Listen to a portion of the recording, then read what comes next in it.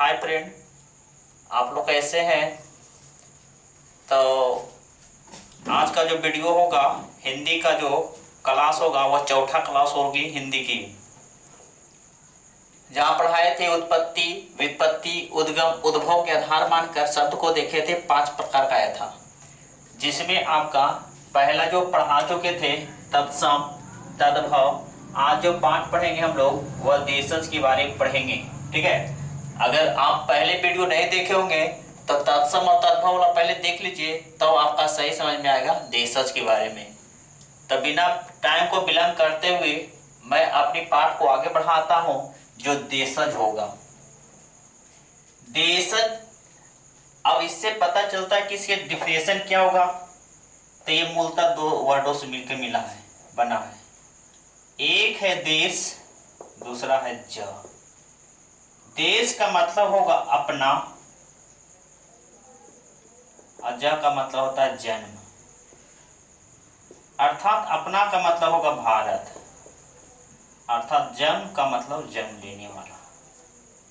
इससे परिभाषा से पता चलता है कि जिन शब्दों का जन्म अपने देश में हुआ हो उसे हम लोग देशज कहते हैं। जिन शब्दों का जन्म, जिन शब्दों की उत्पत्ति, जिन शब्दों का उत्पन्न, जिन शब्दों का उद्गम, जिन शब्दों का आपका यहाँ पर कह सकते हो कि उत्पत्ति हो, व्युत्पत्ति हो, उद्गम हो, उद्भव हो, उसको हम लोग कौन सा वर्ड कहेंगे? देशज कहेंगे। तो यहाँ से परिभाषा मिल गया कि जिन शब्दों का उत्पन्न अपने देश में हुआ हो तो उसे देशज कहते हैं। जैसे हम लोग थारी, लोटा, गिलास, जूता, etc, ये सब जो पॉइंट था हमारे यहाँ, वो हमारे मूलतः हमारा देश का एक ऐसा वर्ड था जिसकी उत्पत्ति हमारे देश में ही हुआ। ये विदेशों से नहीं हुआ था, ना संस्कृत वर्ड है ना हिंदी वर्ड है, अर्थात कहो कि ऐसी वर्ड है जो मूलतः हमारे देश में उत्पन्न हुआ और धीरे धीरे हमारे देश की एक भाषा, एक शब्द बनकर उभर गया। तो यहाँ से आपकी परिभाषा देख लिए। अब यहाँ पर क्या होता है कि हमारी ग्रामर की दृष्टि में देखा जाए तो हमारे बहुत सारे हजारों की संख्या में आता है। तो हम लोग समझेंगे कैसे कि देशज कौन होगा, विदेशज कौन होगा, तत्सम कौन होगा, तद्भव कौन होगा, ध्यान देना। तो यहाँ से क्या होगा कि देशज शब्दों की पहचान, देशज शब्दों की पहचान पहली। अब यहां से पहला पाठ पढ़ा चुके थे जो तत्सम और तद्भव। अब मान लीजिए जिन शब्दों में तत्सम नहीं हो, जो तद्भव नहीं हो, सब कौन हो जाएगा? तो देशज होगा। जो तत्सम और तद्भव शब्द नहीं हो वे सब आपको हो जाएगा, जो क्या हो जाएगा? देशज हो जाएगा। पहला कंडीशन, जो सब तत्सम और तद्भव नहीं है वो सब हमेशा क्या होगा? देशज होगा। जो आपकी पढ़ा चुका है मूलतः तत्सम और तद्भव दोनों का पाठ पढ़ा चुका है, वहां से तुम्हारा मिल जाएगा। दूसरी पहचान, गांव, ग्राम, देहात में बोली जाने वाली शब्द।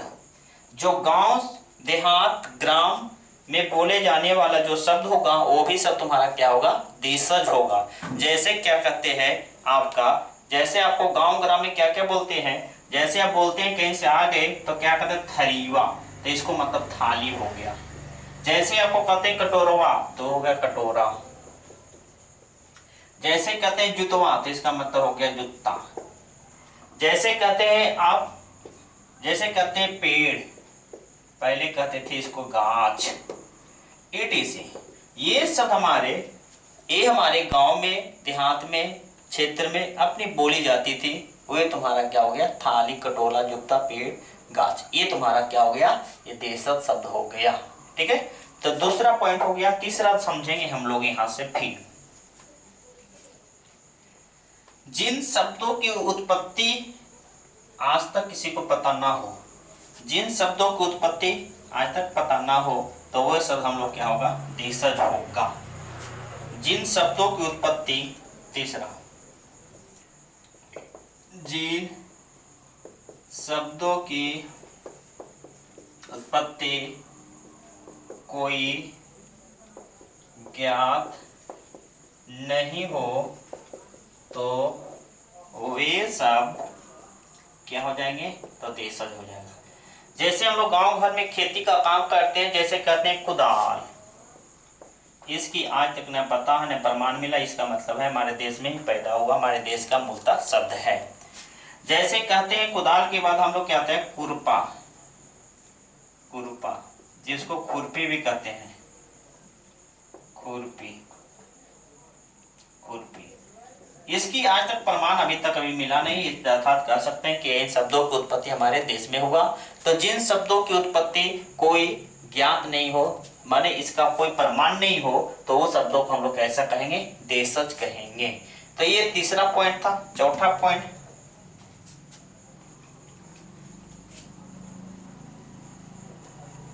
चौथा पॉइंट में बोलते हैं, ध्यान देना, एक होता है बोली, एक होता है उपबोली।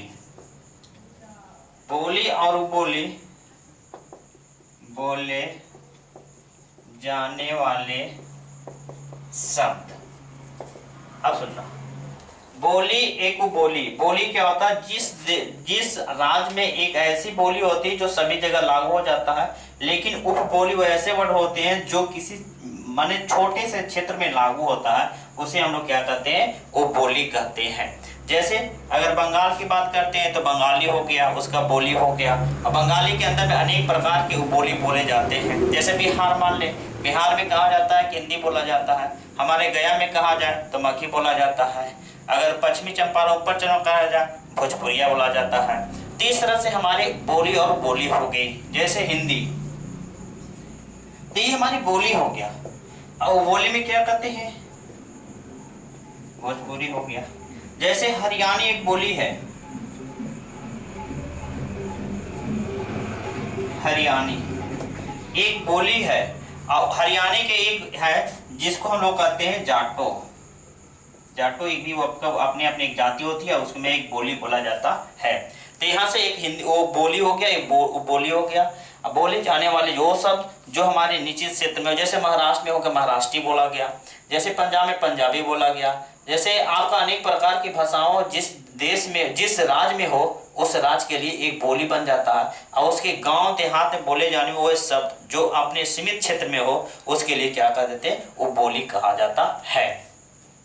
चौथा पॉइंट, जो अपने एरिया के सीमित क्षेत्र में बोला जाता हो।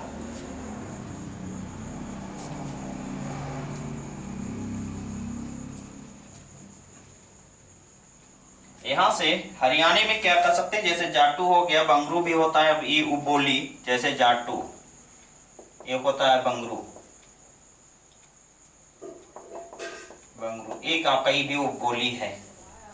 पांचवी में तुम्हारा क्या हो जाएगा, जो सीमित क्षेत्र में बोली जाती है, जो आपके सीमित क्षेत्र में बोली जाती है, जो शब्द सीमित क्षेत्र में बोले जाने वाली शब्द, वो भी तुम्हारा क्या होगा, देशज होगा।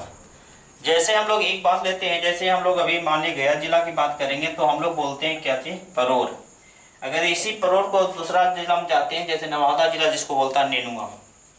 जैसे हम लोग अभी गया जिला में कहते हैं चिलोही, यही नवादा जिला में जाओगे तो होता तिरपानी। जैसे गया जिला में बोला जाता है बुकनी, नवादा जिला में जाओगे उसका कहता है गुड़िया। तो ये जो शब्द सीमित क्षेत्रों में बोली जाती है, वो भी बोले जाने शब्द क्या होगा, देशज होगा। यहाँ से तुम्हारा 5 को बनाया गया रूल, और यही तुम्हारा रूल तुम्हारा काम करता है देशज का। और यही तुम्हारा, इससे क्या करोगे, आसानी से तुम पहचान लोगे देशज कौन होगा। और यहाँ तक मेरा वीडियो समाप्त होता है, और आज का जो होगा वीडियो यहीं तक समाप्त करते हैं। वीडियो को देखते चलिए, सब्सक्राइब करिए, लाइक करिए। जय हिंद, जय भारत।